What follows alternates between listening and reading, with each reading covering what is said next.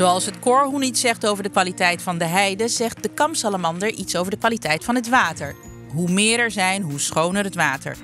André Marissen is vanavond op pad met een groep vrijwilligers om de kamsalamanders te tellen.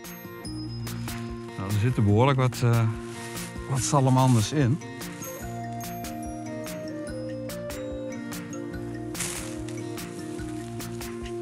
Maar het zijn hoofdzakelijk allemaal kleine watersalamanders. En hier heb ik een mooie kamsalamander. Ja, wat is dat? Dit is een kamsalamander. Ja. Een mooi mannetje. Prachtig. Nou, de kamsalamander herken je eigenlijk aan zijn mooie donkere zwarte kleur. Aan zijn eigenlijk de mooie witte flank.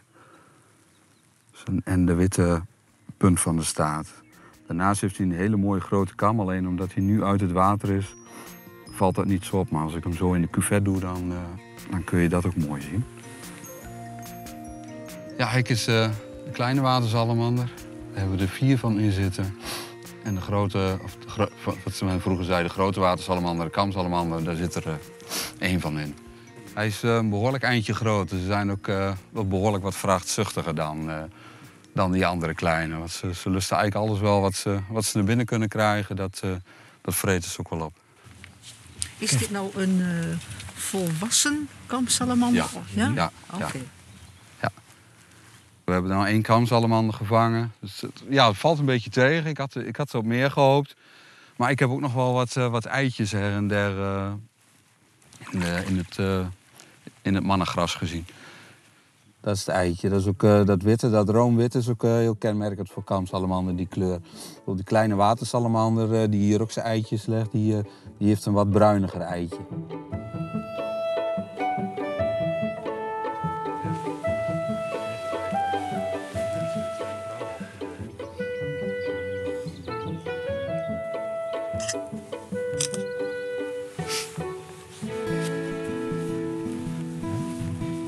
We gaan nu eigenlijk naar de Verzantenweide. Daar ligt ook een plas. En dat is ook een hele goede plek voor dus de kamsalamander. Daar zitten er ook vrij veel.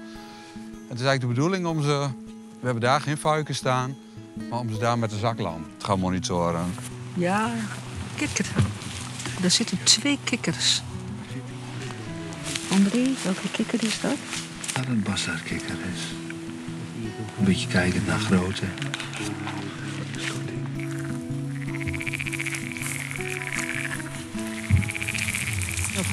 Kansen.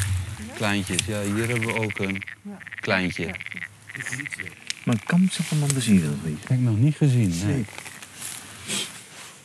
Kijk, Ja, dat is een grote. dat is een kamsalamander. Ja, Dikker. dat was de kam. Als je dit met een zaklamp doet, ja goed, dan hoef je het water niet in om fuiken te zetten. Je hoeft niet met een schepnet bezig. Maar je kan de soorten ook aantonen met schepnetten. Maar met een schepnet, ja, dan ruïneer je eigenlijk de hele de onderwatervegetatie. Ja, dus dat willen we eigenlijk niet. Daar zit een vrouwtje. Daar zo. Ja. Een kleine watersalamander. Zie je ze? Hier. Kamsalamanders en ook kleine watersalamanders, die zijn vooral 's nachts actief. Als het donker wordt.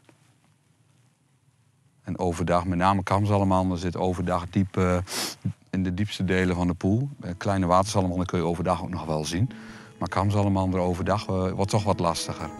En die zijn 's avonds laat beter met een zaklamp te bekijken, want dan komen ze omhoog.